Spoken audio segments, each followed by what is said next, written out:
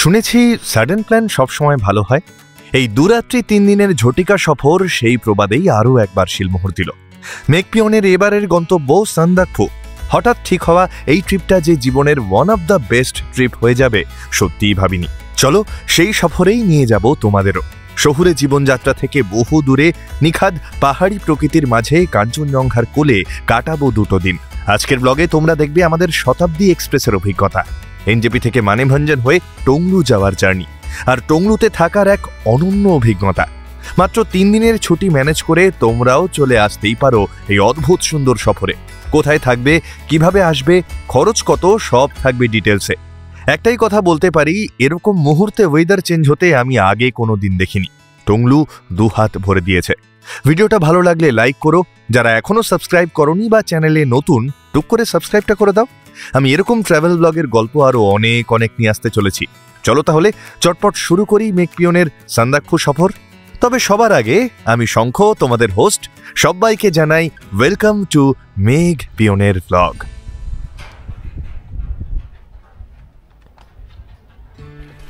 Good morning. ঘড়ি বলছে 10:15। আমি বেরিয়ে পড়েছি বাড়ি থেকে, বা বলা ভালো আমায় বের করে দেওয়া হয়েছে। কেন সে কথা রাস্তায় যেতে যেতে বলি। ওদিকে অনুভব দাঁড়িয়ে আছে, গাড়িও এসে গেছে প্রায়।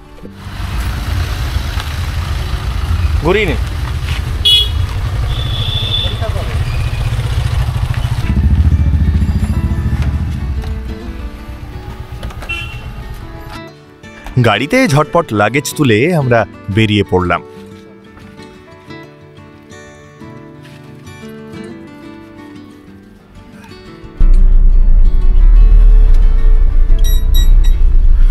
বাপরে যা গরম, পাগল পাগল লাগছে। হ্যাঁ, তো যেটা বলছিলাম, ট্রেন হাওড়া থেকে 2:35-এ, কিন্তু মা পঞ্জিকা দেখে বলেছে 10:30টার মধ্যেই বেরোতে হবে। অগত্যা এখন এত আগে বেরিয়ে এই রোদ্দুরে কোথায় কি করব ভাবছিলাম, তো বিপত্তারিণী হয়ে এলো সুকন্যাদি, পুষ্পেন্দার বেটার হাফ। বলল অত ঘুরতে হবে না, সোজা আমার বাড়ি চলে আয়, ব্যাস হাতে চাঁদ পাওয়া আর কি।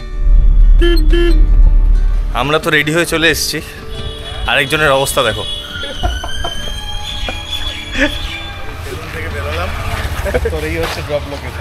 আচ্ছা, আমাদের ওপাশে নামিয়েছে, গলিটা বন্ধ বলে ঘুরে এসেছি। চলো। রক্ষা ওর নাম, মিষ্টি বাচ্চা। ওর সাথে খেলে বাকিটা সময় কাটিয়ে বেরিয়ে পড়লাম আমরা 3 জন। টাটা। বলছিলাম বিপত্তারণ, এই যে হচ্ছে বিপত্তারণ। এবারের গন্তব্য কোথায় তা তো তোমরা অলরেডি জেনেই গেছো। ওয়েস্ট বেঙ্গলের সব থেকে উঁচু পয়েন্ট সান্দাকফু। বাইরে এখন প্রখর তপন তাপে আকাশ তৃষায় কাঁপে সিচুয়েশন, আর এর থেকে পরিত্রাণ পেতে সে 2 দিনের জন্য হলেও এই ঝটিকা সফর। এখন যাচ্ছি হাওড়া স্টেশন। 2:35-এর ট্রেন আমাদের। আমি শতাব্দীতে প্রথমবার যাচ্ছি, তো আমার ফার্স্ট টাইম এক্সপিরিয়েন্স কেমন হলো সেটা শেয়ার করব।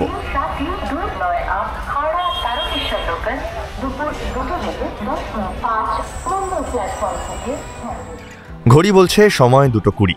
আমরা স্টেশনে এসে গেছি। যেহেতু এই ট্রিপের প্ল্যানটা হঠাৎ করেই হলো, তাই শেষ মুহূর্তে রাত্রির ট্রেনগুলোর টিকিট কাটতে পারিনি। আমাদের হাতে মাত্র 2টো অপশন ছিল, বন্দে ভারত আর শতাব্দী। এখন বন্দে ভারতে গেলে দুপুরে নামাবে, তারপর সেইভাবে ঘুরতেও পারবো না, তাই শতাব্দীর টিকিট কেটেছি। এই যে আমাদের ট্রেন আমাদের জন্যই দাঁড়িয়ে। রাত্রি 11:30টার মধ্যে এনজেপি নামবো। ভাবছি ওয়েটিং রুমেই ঘন্টা 4 কাটিয়ে ভোরবেলা গাড়ি ধরে বেরিয়ে পড়বো। তো আমাদেরই মতো যারা টিকিট পাওনি ইভিনিংয়ের ট্রেনগুলোয়, তোমরা কিন্তু শতাব্দী বা বন্দে ভারতে আসতে পারো। এছাড়া ভলভো বাসগুলোও কিন্তু বেশ ভালো অপশন।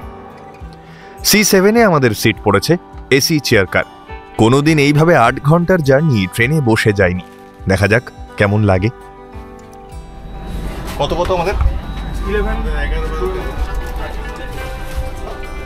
আমাদের সিট নাম্বার 11, 12, 13। আর এই 13 সংখ্যাটা আমার জন্য কিন্তু বেশ লাকি।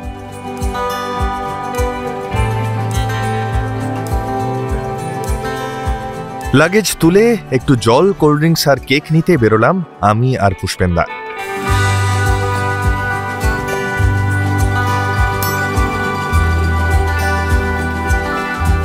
পাক্কা 2:35-এই গাড়ি ছাড়লো। আমি নিজে যেহেতু পাংচুয়ালিটি মেনটেন করার চেষ্টা করি, তাই এক্ষেত্রে ফার্স্ট ইমপ্রেশনে শতাব্দীকে বেশ ভালো লাগলো।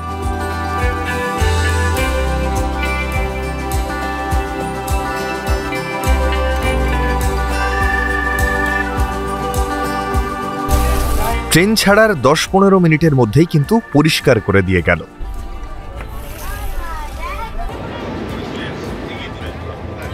সবুজ প্রান্তরের বুক চিরে স্টেশনের তোয়াক্কা না করেই দুর্বার গতিতে ছুটে চলেছে আমাদের শতাব্দী।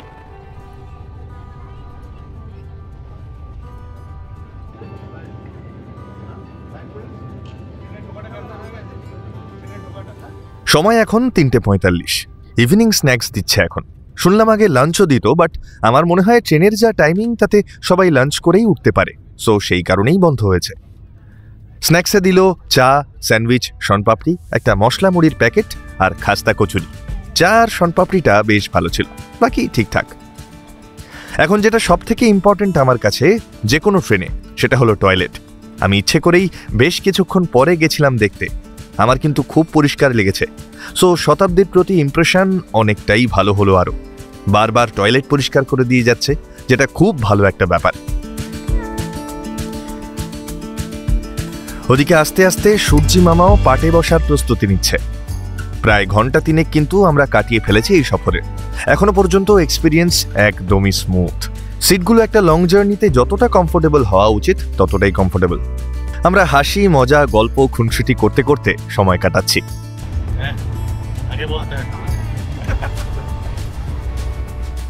সন্ধে 7:50, ডিনার দেওয়া শুরু করে দিয়েছে।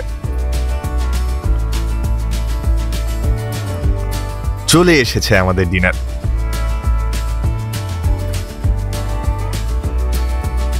ডিনারে দিয়েছে আলু ভাজা, 2 আটার রুটি, ভাত, ডাল, চিকেন, দই আর ম্যাঙ্গো পিকল। সত্যি বলছি, আমার খাবার অ্যাভাব অ্যাভারেজ লেগেছে। বিশেষ করে ট্রেনে এত ভালো খাবার এর আগে আমি খাইনি। বাঙালি হয়ে একটু ভাত ঘুম না হলে কি চলে? যদিও আমি এক্সেপশন, বাট আমার সফর সঙ্গী দুজন কিন্তু খাঁটি বাঙালি। যাই হোক, আমাদের শতাব্দীর সফর কিন্তু বেশ ভালো ছিল, কোনো কমপ্লেন নেই। শুধু টিকিটস কাটার সময় একটু খেয়াল রেখো উইথ ফুড কাটছো না উইদাউট ফুড। এই প্রথমবার 1 সপ্তাহের মধ্যে 2 বার পা পড়লো আমার নর্থ বেঙ্গলের মাটিতে, অ্যান্ড আই এম লাভিং ইট। এখন বাজে ঘড়িতে 11:30। আজকের রাতটুকু ওয়েটিং রুমে কাটিয়ে কালকে ভোরবেলা রওনা দেব। এই হলো আপাতত আমাদের রাত কাটানো রাস্তানা। এসি ওয়েটিং রুম, পার ঘন্টা 10 টাকা। পাশে আরেকটা এক্সিকিউটিভ লাউঞ্জ আছে, সেটার কস্ট 50 টাকা পার আওয়ার। আমাদের এটাই ঠিক লাগলো।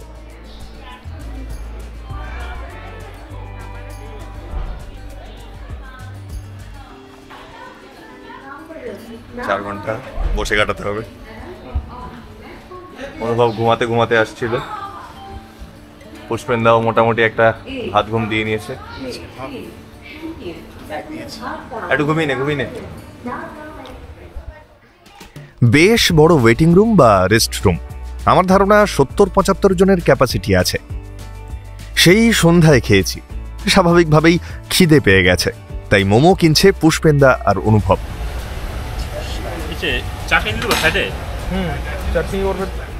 50 টাকা প্লেট নিলেও চিকেন মোমো।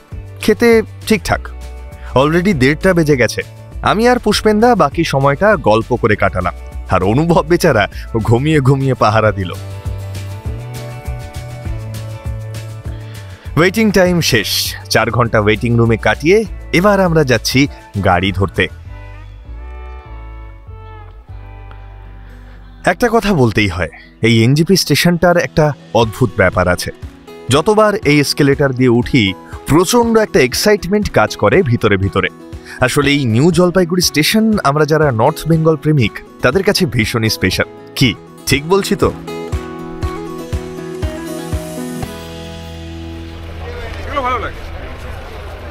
গাড়ি ঠিক হয়ে গেছে, বোলেরো। একটু বড় গাড়িতেই যাব। এখন যাব মানেভঞ্জন অবধি। মানেভঞ্জন থেকে আজকে যাব টংলু। এখন বাজে 4:05। এই যে অনুভব, পুষ্পেন্দা, সবাই সবার মতো যতটা ক্যাপচার করা যায় আর কি চেষ্টা করছে। পরে সব জুড়ে দেওয়া যাবে। দাদা নাম কি? আমার নাম হচ্ছে মিঠু। তো আমাদের সারথি হচ্ছে মিঠুন দা।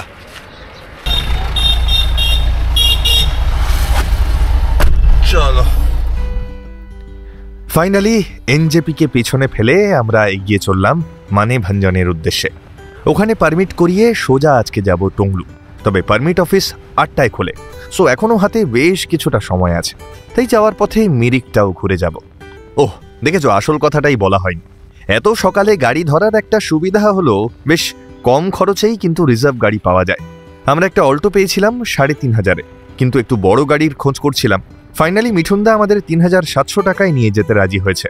আমি মিঠুনদার নাম্বারটা দিয়ে দিয়েছি, চাইলে কেউ কন্ট্যাক্ট করে নিতে পারো। তবে এনজেপি টু মানেভঞ্জনের গাড়ি ভাড়া কিন্তু মোটামুটি ওই 3,500 থেকে 4,000 টাকার মধ্যেই ভ্যারি করে। এর থেকে বেশি চাইলে নেগোশিয়েট করো ঠিক করে। ভোরের আলোয় পাহাড়ের ঘুম ভাঙছে ধীরে ধীরে।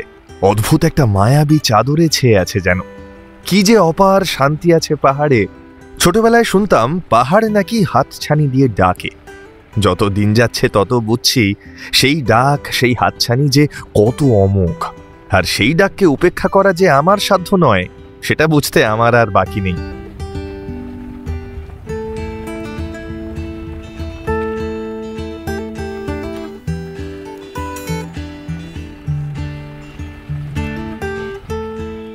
কুয়াশার পর্দা পেরিয়ে গাছের ফাঁক দিয়ে কিন্তু আমাদের নজরে রেখেছেন সূর্যদেব। এখন বাজে 6:13। আমরা মিরিক প্রায় চলেই এসেছি।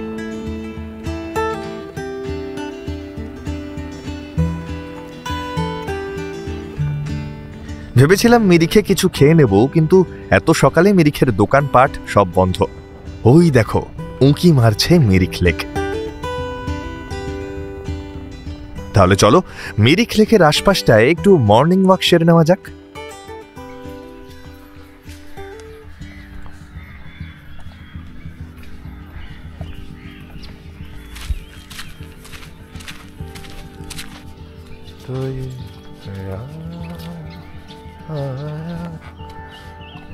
এর আগে যতবার মিরিখে এসেছি একটা ব্যস্ততা চোখে পড়েছে সবসময়, কিন্তু এই সকালে অদ্ভুত শান্ত লাগছে সবকিছু।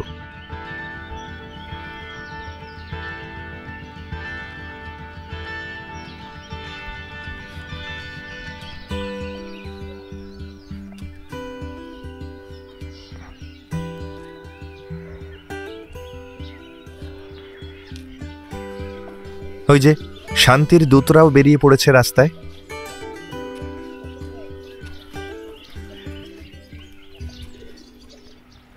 প্রচন্ড খিদে পেয়েছে। এখন যাচ্ছি গোপালধারা টি স্টেট। ওখানে রথ দেখাও হবে, কলা বেচাও হবে। মানে খিদে পেয়েছে যখন ওখানে খাবো, আর টি গার্ডেনটা একটু ঘুরে দেখব। এই হলো গোপালধারা টি স্টেট। খুব সুন্দর একটা চা বাগান। মিঠে রোদের আমেজটা দারুণ লাগছে। চলো তবে একটু পাখির চোখে দেখি।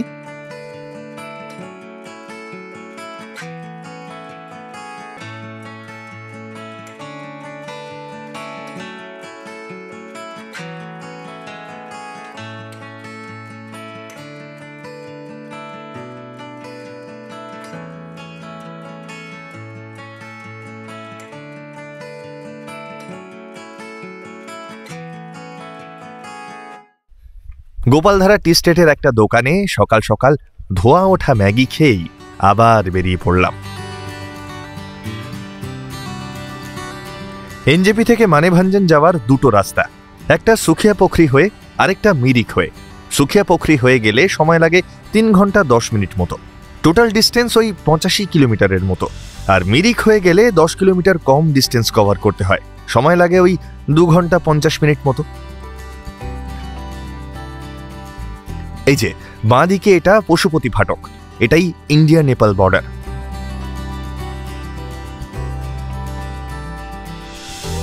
যাই হোক, মিঠুনদা সীমানা ভিউ পয়েন্টের ওখান থেকে মানেভঞ্জন যাওয়ার একটা শর্টকাট রাস্তা আছে বলল। চলো দেখা যাক। এই যে এটাই সেই শর্টকাট। রাস্তার হাল কিন্তু বেশ খারাপ, তাই ছোট গাড়ি নিয়ে এই রাস্তায় না আসাই ভালো।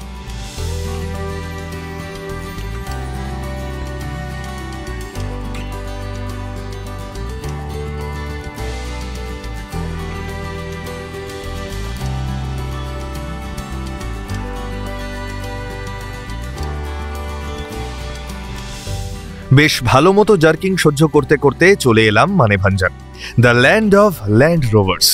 এখান থেকে পারমিট নিয়ে গাড়ি পাল্টে আমাদের টংলু যেতে হবে। বেশিরভাগ মানুষই এখানে এসে ল্যান্ড রোভারের অভিজ্ঞতা নিতে চায়, কিন্তু আমরা বোলেরো নেব, কারণ সান্দাকফুর যে রাস্তার কথা শুনেছি তাতে ল্যান্ড রোভারে বেশ অসুবিধা হবে। তবে যারা ল্যান্ড রোভারের এক্সপিরিয়েন্স করতে চাও, গো ফর ইট। এই হলো সেই বিখ্যাত ল্যান্ড রোভার।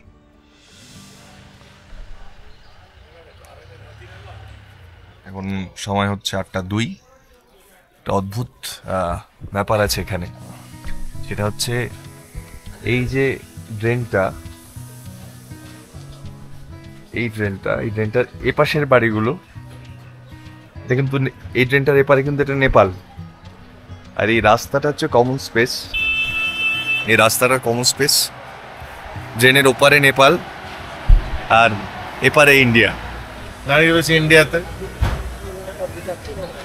গেলাম নেপাল, এক পা নেপাল এক পা ইন্ডিয়া, তো দেখ।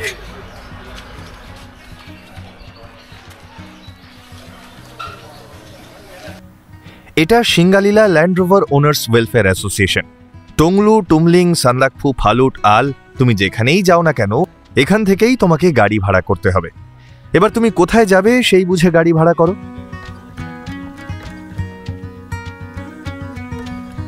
এখানে আমাদের প্রত্যেকের আইডি প্রুফ আর ড্রাইভারের নাম, গাড়ির নাম্বার, ফোন নাম্বার একটা ফর্মে লিখে জমা দিতে হলো।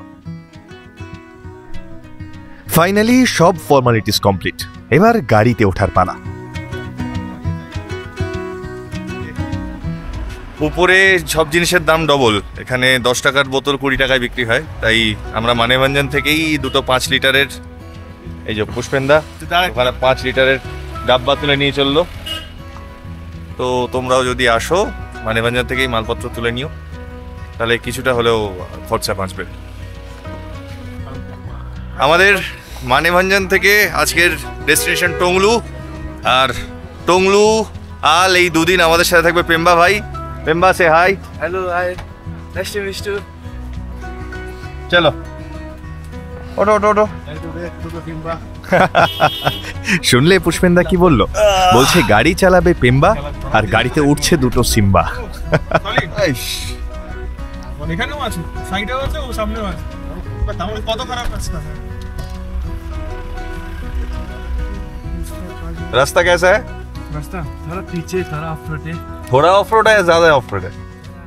थोड़ा ऑफ रोड। अरे स्टीव कुछ पाने के लिए कुछ खाना पड़ता है। कुछ पाने के लिए तुम बहुत फिल्मी हो। हाँ, बहुत फिल्मी हो।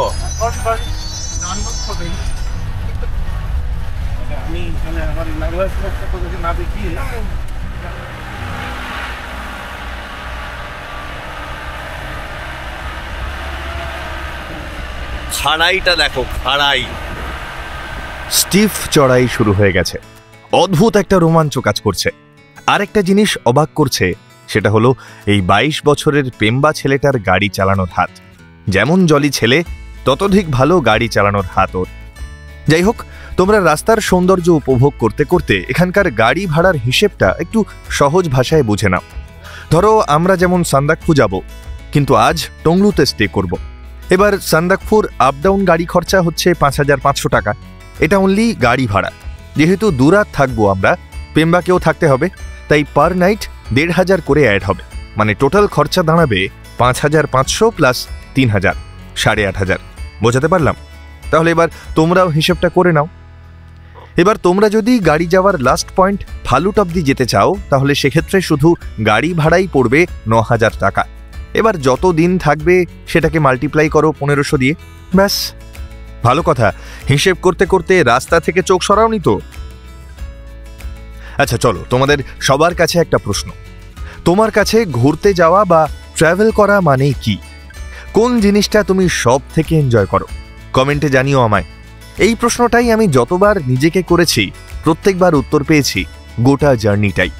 সবচেয়ে ভালো লাগে যাত্রাপথ। তাই আমি এই ব্লগে চেষ্টা করব যতটা সম্ভব এই জার্নিটাকে দেখাতে, এই যাত্রাপথকে দেখাতে। শুধু দেখো এই যাত্রাপথটা কতটা সুন্দর, কতটা সিনেম্যাটিক। তাই ভিডিও একটু লম্বা হতে পারে। যাদের লম্বা মনে হবে স্কিপ করে এগিয়ে যেতে পারো, তবে আই ইনসিস্ট পুরো জার্নিটা মিস করো না। অসম্ভব সুন্দর রাস্তা।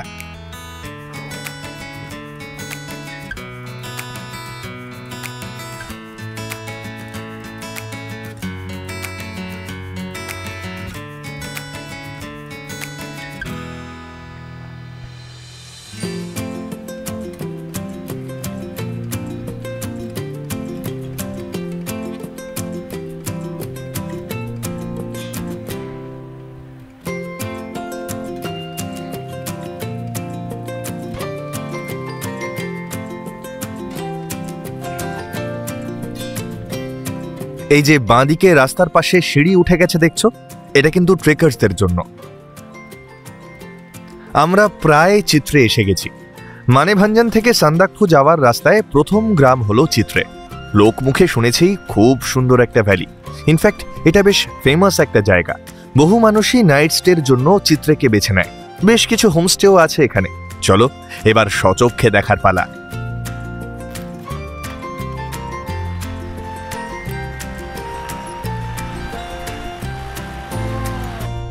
সময় এখন 9:30 আর আমরা এই মুহূর্তে দাঁড়িয়ে চিত্রেতে।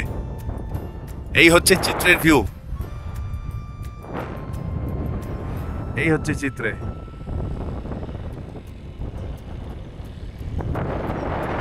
পুষ্পেন্দা, অনুভব কেমন লাগছে? হ্যাঁ, ওটাই, ওটা দেখার জন্যই যাচ্ছি।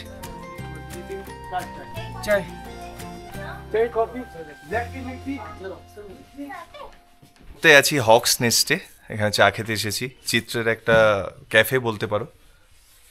দারুণ সাজানো, পুরোটাই কাঠের ফার্নিশড, খুব ভালো সাজানো। আর এই ভিতরে এসে তোমাদের এখানে বসে কি ভিউ সেটা দেখাই। এইটা হচ্ছে হক্স নেস্টের ভিউ। চিত্রেতে চা পান সেরে আমরা আবার পথ চলা শুরু করলাম। এবার নেক্সট স্টপ সোজা টংলু। পথে পড়বে আরো দুটো ছোট্ট গ্রাম বা বসতি, লামেধুরা আর মেঘমা। ল্যান্ডস্কেপগুলো দেখছো?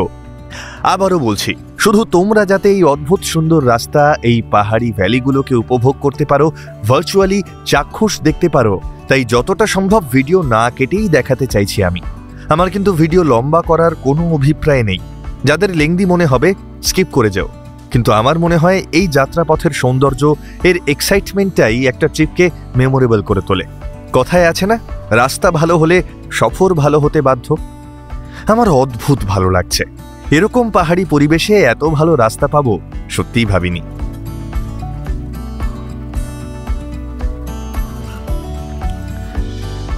পাহাড়ি আঁকা বাঁকা পথে পেম্বার বিশ্বস্ত হাতে আমাদের গাড়ি ছুটে চলেছে অজানার পথে।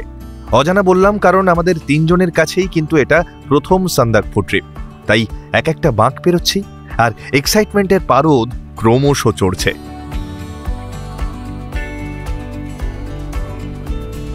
এই যে এইটা হলো লামেধুরা।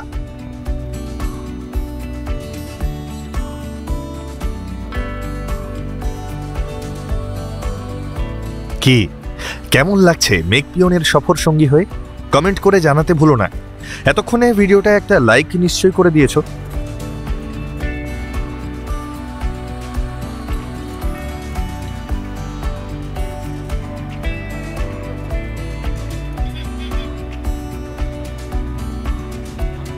এই দেখছি বিস্তীর্ণ প্রান্তর, যেখানে বড় কোনো গাছ নেই, আবার বাঁক পেরোতেই তারা হাজির। গাছেদের এই লুকোচুরি কিন্তু বেশ লাগছে।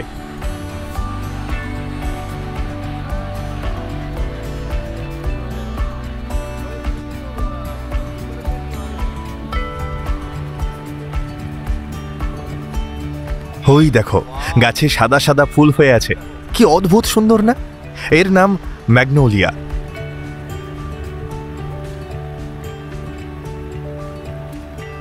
অ্যাটেনশন প্লিজ, বাঁ দিকে তাকিয়ে থাকো। ছোট্ট একটা পোখারি, নাম ঝাউ পোখারি। কি ভীষণ সুন্দর না?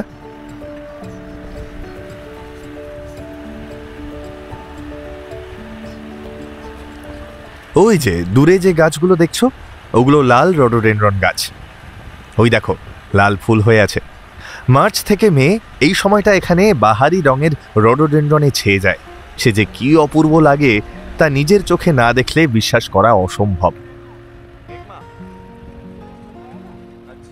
দেখতে দেখতে চলে এলাম মেঘমা। সুন্দর ছোট্ট একটা গ্রাম। এখন নাম শুনেই বুঝতে পারছো, মেঘমা মানে মেঘের মা। আসলে এটা মেঘেদের অবাধ বিচরণ ক্ষেত্র। সারাদিন মেঘেদের আনাগোনা লেগেই আছে, সেই থেকেই সম্ভবত এর এই নাম। মেঘমা চেকপোস্ট পেরিয়ে গাড়ি আবার ছুটছে। শুধু ল্যান্ডস্কেপগুলো দেখো, কি অনিন্দ সুন্দর। এই জন্যই পাহাড় আমার এত প্রিয়। পাহাড়ি রাস্তার সাথে আমি আমাদের জীবনের অদ্ভুত মিল খুঁজে পাই। কখনো চড়াই, কখনো উতরাই, আবার ঠিক রাস্তার বাঁকে বাঁকে লুকিয়ে থাকা এই অজানা ল্যান্ডস্কেপগুলোর মতোই জীবনের বাঁকে বাঁকেও আমাদের জন্য অপেক্ষা করে থাকে ফেট বা ভবিতব্য। কখনো সেটা এই রাস্তার মতোই স্মুথ, আবার কখনো একটু রুক্ষ পাথুরে। তবুও থামার তো জো নেই, আর এগিয়ে যাওয়ার নামই তো জীবন। আর সব বাধা বিপত্তি কাটিয়ে যদি ওই চড়াইটা উঠে টপে পৌঁছানো যায়, পাহাড়ের ক্ষেত্রেও যে আনন্দ, যে শান্তি তুমি পাবে, আমার মনে হয় জীবনের ক্ষেত্রেও ব্যাপারটা একই।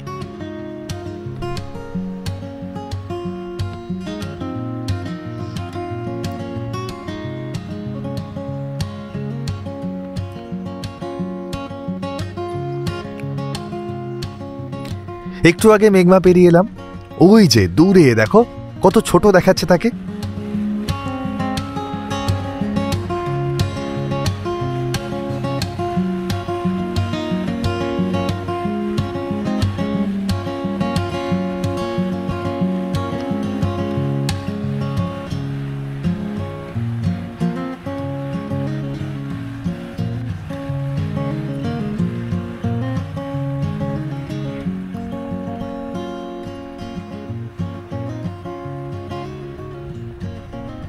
ফাইনালি এসে গেছি আমাদের আজকের ডেস্টিনেশন টংলুতে। টংলুতে কিন্তু খুব কম মানুষ থাকে, বেশিরভাগকেই টুমলিংয়ে থাকতে দেখেছি। ওখানে অনেক বেশি হোমস্টেজও আছে, কিন্তু কেন টংলুতে থাকাই বেস্ট, কেন এখানেই থাকা উচিত, সেটা নেক্সট ভিডিওতে দেখাবো, যদি কাল সকালের আকাশ পরিষ্কার পাই তবে।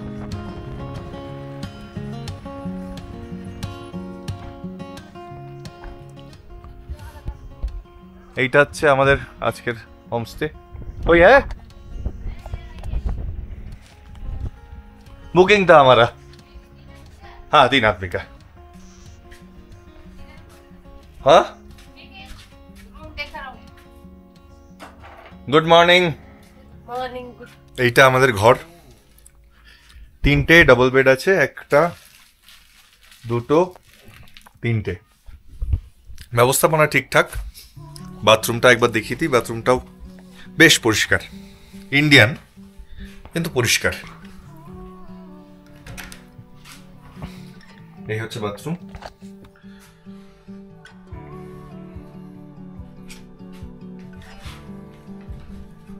এখানে কিন্তু সোলারে চলে পুরো ব্যাপারটাই, এখনো কারেন্ট আসেনি, পুরো ব্যাপারটাই সোলারে চলে। 3টে বাথরুম আছে। যে যেরকম ঘর দেখালাম আমাদের যে ঘরটা, ওরকম আরো একটা ঘর আছে। আর উপরে সিঁড়ি দিয়ে উঠে চিলে কোঠার মতো এই একটা ঘর, এই একটা ঘর আছে। এখানে 3টে সিঙ্গেল বেড।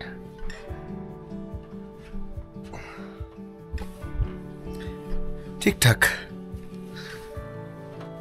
মাথা উঁচু করে হাঁটতে একটু অসুবিধা হবে, কিন্তু একটা রাত আরামসেই কাটিয়ে দেওয়া যায়।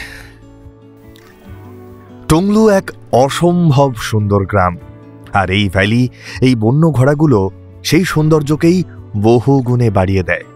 ছোটবেলায় স্বপ্নে দেখতাম এরকম ভ্যালি যেখানে ঘোড়া চড়ে বেড়ায়। মনে হচ্ছে I am living in my dream.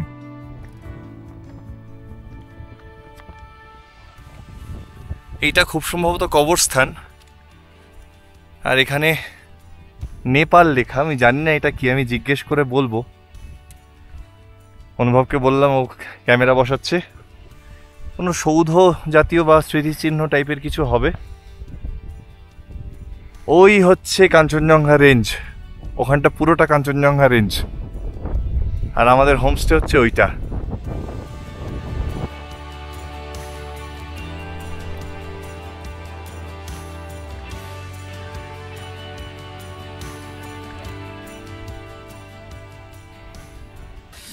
আমরা লাঞ্চ করতে এসেছি, ঘুমিয়ে পড়েছিলাম যেহেতু গত রাত সারা রাত জাগা, 3জনেই ঘুমিয়ে পড়েছিলাম। দিদিরা ডেকে নিয়ে এলো। লাঞ্চে আলু ভাজা, আলু ভাজা তো আলু ভেন্ডি ভাজা, ডাল, আলু ভেন্ডি ভাজা, ডাল, আর ডিমের ঝোল, একটা আচার দেখতে পাচ্ছি, স্যালাড আর পাঁপড়। খাই। খাওয়া ডান, রান্না কিন্তু বেশ ভালো। আমার ডান হয় না, আমি ভাত নেবো। ব্লগ কমপ্লিট করিস না। পুষ্পেন্দার এখনো হয়নি। আমি নিতাম না, কিন্তু খাবারটা খুব ভালো হয়েছে। দিদিকে আবার আওয়াজ নেবো, দিদি আমাদের পুষ্পেন্দা আর একটু ভাত নেবে বলছে, তোমাদের কি হবে? এই হলো টংলুর সেই বিখ্যাত লেক। এর উচ্চতা 3036 মিটার। এই মুহূর্তে জল নেই বললেই চলে। এটা আরেকটা হোমস্টে, এটাও বেশ ভালো। চাইলে তোমরা কেউ এখানেও এসে থাকতে পারো। আরো বেশ কয়েকটা হোমস্টে তৈরি হচ্ছে এখন, আন্ডার প্রসেস।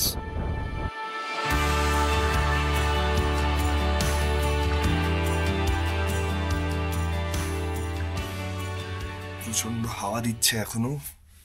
এখন সময় 5:45। পুরোটা সাদা হয়ে রয়েছে, মানে আমরা যখন এসছিলাম আর এখন পুরো চেঞ্জ।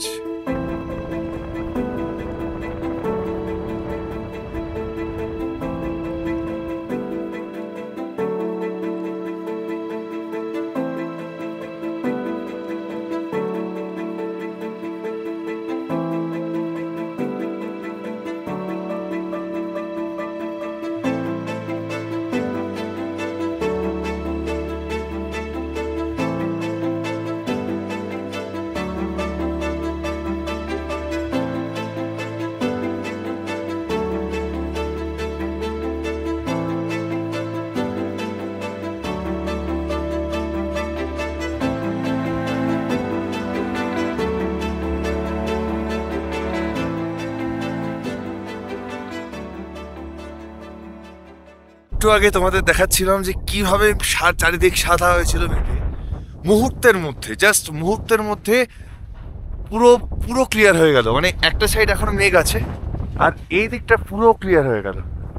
হোমস্টে দিদিরা বলছিল যে 1 সপ্তাহ ধরে এরকম ওয়েদারই চলছে, কিন্তু এত হাওয়া দেয়নি। আজকেই প্রথম এত হাওয়া দিচ্ছিল। তো এই হাওয়ার জন্য কালকে পুরো ক্লিয়ার হয়ে যাবে। কালকে সকালটা একদম ক্লিয়ার হবে। এই হাওয়া দেওয়া মানেই নাকি ওয়েদার ক্লিয়ার হয়ে যাওয়া। একটা সম্ভাব্য ভালো ভিউ পেতে চলেছি, সেটা মিস করা যাবে না। তাই তোমাদেরও দেখাই। একটা ছোট্ট টিলা আছে এখানে পাহাড়ের চূড়া মতো, সেটার উপর উঠে এই দেখো,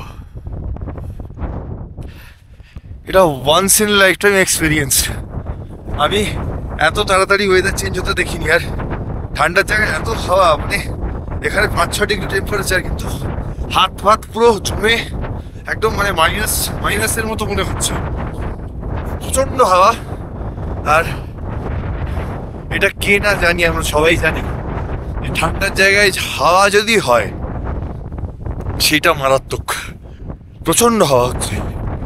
আমরা এই মুহূর্তে একটু আগুন পোহাচ্ছি।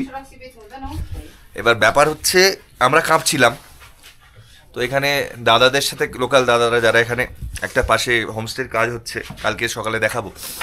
তো সেই দাদারা বলছে এই হাওয়াটা কিছুই না, এই ঠান্ডাটার পরেই নি এখন। মানে এখানকার মানুষরা বলছে এই ঠান্ডাটা, না ঠিক আছে কথা বল, কোনো অসুবিধা নেই।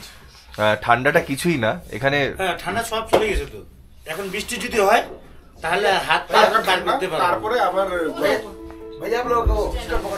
বুঝতে পারছো? 1 সপ্তাহ আগে আমার মোবাইলে স্বপ্ন ভিডিও করছি, হ্যাঁ এমন বরফ পড়ছে, মানে বাইরে বেরা যায় না। আমরা যে বাথরুমে আসবো সেটাও আসা সম্ভব। তাহলে আমরা এটা নিয়ে ভাবছিলাম যে প্রচন্ড হাওয়া, কি ভাগ্য বৃষ্টি হয়নি, হলে কি হতো।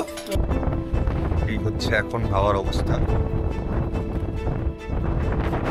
আমরা চেষ্টা করলাম অনেকক্ষণ ধরে এই হাওয়ার মধ্যে এসে তোমাদের জন্য যে যাতে দেখাতে পারি যে দার্জিলিং যে শহরটা এখান থেকে দেখা যাচ্ছে কতটা অপূর্ব লাগছে খালি চোখে। ক্যামেরা কোনোদিনই এটাকে জাস্টিস করতে পারবে না আমি জানি, তাও আমি চেষ্টা করছিলাম দেখানোর। দেখাবো, যেটুকু উঠেছে সেটুকু দেখাবো। তবে এই ঠান্ডার মধ্যে জমে যাচ্ছি আমরা, জাস্ট জমে যাচ্ছি। পুষ্পেন্দার অবস্থা দেখো, ওদিকে অনুভবের অবস্থা দেখো, জাস্ট জমে যাচ্ছি। আরও একবার শরীর গরম করে আমরা বেরিয়েছিলাম তারা দেখতে। যা পেলাম দেখাই তোমাদের। এই হলো টংলুর আকাশ। এখনো বাইরে প্রচণ্ড হাওয়া হচ্ছে। জানি না কাল সকালে ক্লিয়ার হবে কিনা। যদি নাও হয়, টংলুতে যা পেলাম আমার স্মৃতিসিন্ধুকে তা পাকাপাকি জায়গা করে নিয়েছে। যাই হোক, দিনের শেষে আমরা এখন বসেছি পুষ্পেন্দার জীবনের একটা সত্যি ভয়ের ঘটনা শুনতে। পাহাড়ে এসে এই অ্যাম্বিয়েন্সে এটা যে কি ভালো একটা মেমোরি হয়ে থাকলো। পুরোটা না, তোমরাও একটু শোনো। আমি বাড়ি ফিরে শুয়ে আছি, কিন্তু তখন আমার ঘুম হালকা হালকা ঘুম ঘুম ভাব এসছে, কিন্তু তখন সেন্স আছে পরিষ্কার, প্লাজমা স্টেট প্লাজমা স্টেজ, পুরো সেন্স আছে। ঘরের মধ্যে চপ্পল পায়ে দিয়ে কেউ একজন হাঁটছে। বিশ্বাস করে, আমি ওটাই আমার লাইফের মনে রাখার মতন একমাত্র ঘটনা। এর আগে ভয় অনেকবার পেয়েছি, কিন্তু ওরকম গল্প করে বলার মতো মনে রাখার মতন কিছু হয়নি। এবার আমি ভেবেছি যে হয়তো বিভাস চলে এসছে, হয়তো নন্দী ঘরে ঢুকেছে, রাত্রিবেলা মাঝে মাঝে ঘুম আসে না, হয়তো লাল চা বানিয়ে খায়। আর কত আর রাত হয়েছে, 11টা 12টা এরকম হবে। চপ্পল আওয়াজ কিন্তু হচ্ছে, পা মানে মেঝেতে পা ঘষে ঘষে। এভাবেই টংলুতে প্রথম দিন শেষ হলো। মাত্র 2 দিনের ছুটি পেয়েও আমরা কিন্তু বাড়িতে বসে থাকিনি। পুষ্পেন্দা হোল নাইট ডিউটি করে বেরিয়েছে শুধু এই এক মুঠো স্বাধীনতার স্বাদ পেতে, প্রকৃতির কোলে 2টো দিন কাটাতে। একটাই তো জীবন, টাকা পয়সা বেঁচে থাকতে সত্যিই দরকার, কিন্তু এই যে স্মৃতিগুলো জমাচ্ছি, যেদিন যাওয়ার সময় হবে এগুলোই তো নিয়ে যেতে পারবো। তাই তোমাদেরও বলি, বেশি ভেবো না, অল্প অল্প করে টাকা জমাও আর বেরিয়ে পড়ো, নইলে পরে আফসোস হবে কিন্তু বলে দিলাম। আজকের মতো এখানেই শেষ করছি ভিডিও। আপাতত কাল সকালের অপেক্ষায় আছি, দেখি আকাশটা এরকম ক্লিয়ার থাকে কিনা। তাহলে দেখা হচ্ছে পরের ভিডিওতে। ততক্ষণ ভালো থেকো, সুস্থ থেকো আর মেঘ পিয়নের অপেক্ষায় থেকো। আজকের মতো মেঘ পিয়ন সাইনিং অফ।